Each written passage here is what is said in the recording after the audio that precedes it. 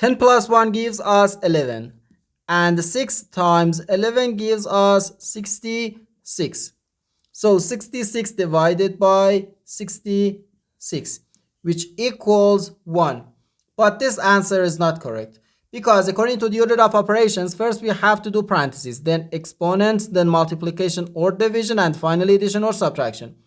Remember that multiplication and division have equal priority and we have to work from left to right, and the same applies to addition and subtraction. In this expression, we have one division, one multiplication, and one parenthesis. Inside this parenthesis, we have one addition. Here we have a multiplication, because in mathematics, when a number is placed next to parentheses, it means multiplication. And we usually don't write the multiplication sign for brevity.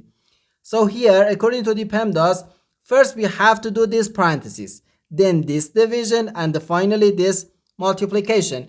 If we do this multiplication before this division, it is wrong. So first this parenthesis. Inside this parenthesis, we have 10 plus 1, which equals 11. So we have 66 divided by 6 times 11. Now here we have one division and one multiplication. As I said, multiplication and division have equal priority and we have to work from left to right.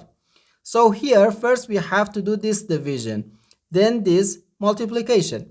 66 divided by 6 gives us 11. So 11 times 11, which gives us 121.